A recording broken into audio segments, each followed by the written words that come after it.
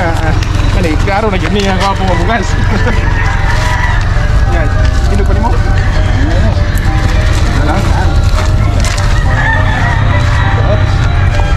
Wah!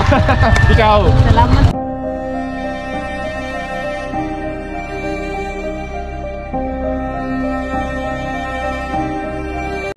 Kumusta mga katabang? Congratulations sa ato ang winner, ikalimang winner sa ato ang bugas, si Ma'am Lixil Archaga Pipito, taga Kawayanan. Lipay kayo taon siya. Ingon pa niya nga bisan patuod nag-goal sila kay nawalaan silang anak, napulihan daw kalipay. So ma'am, congratulations sa imuhang daog nga isa ka sakong bugas. Yang gingon sa kuha, i-share daw niya sa iyang mga parinti. So sana all kayo, no? Sana all kayo parinti ni Ma'am Lixil. So dala na mo ang isa ka sako niya nga bugas nga kuha ko rice para ihatod nato didto sa iyang mismong lugar sa Kawayanan, Bangkiruhan diri sa Davao City. So uban ni ninyo para ihatod ang iyang daog nga isa ka sakong bugas. Okay, tara.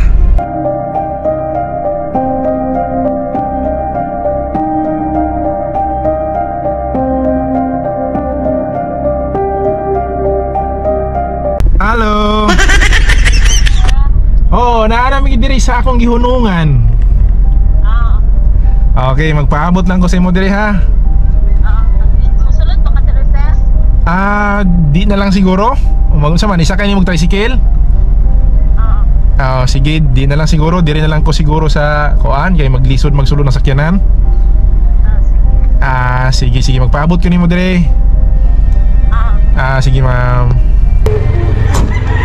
Halo. Video siya. Iha ba?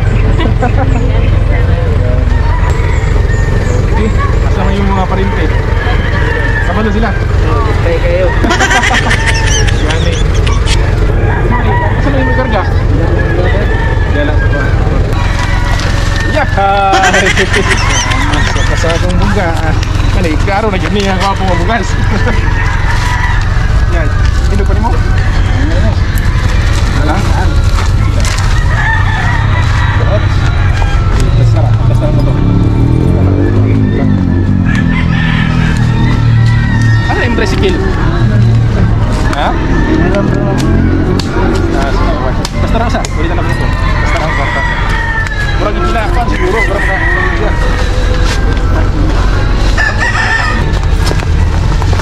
Okay, kanan. Gila ka.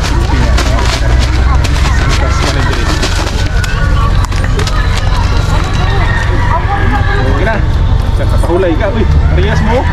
Sayang sir, wala kami sulod dito sir. Dagan kay supporter dito sir. Dagan po nagatanaw kayo dito. Pagpilingan ng buwan na sila umay. Kani sila. Hello! Para sila, nagkatanaw po sila. Para sila ay buti. Oh, naa. Nabalo po na sila. Oh. I-share lang mo sila. Sige lang, padayon lang mo. Para ako. Sige. Ano ko? Ginala ako. Ginala ka na ako. Ikaw. Salamat.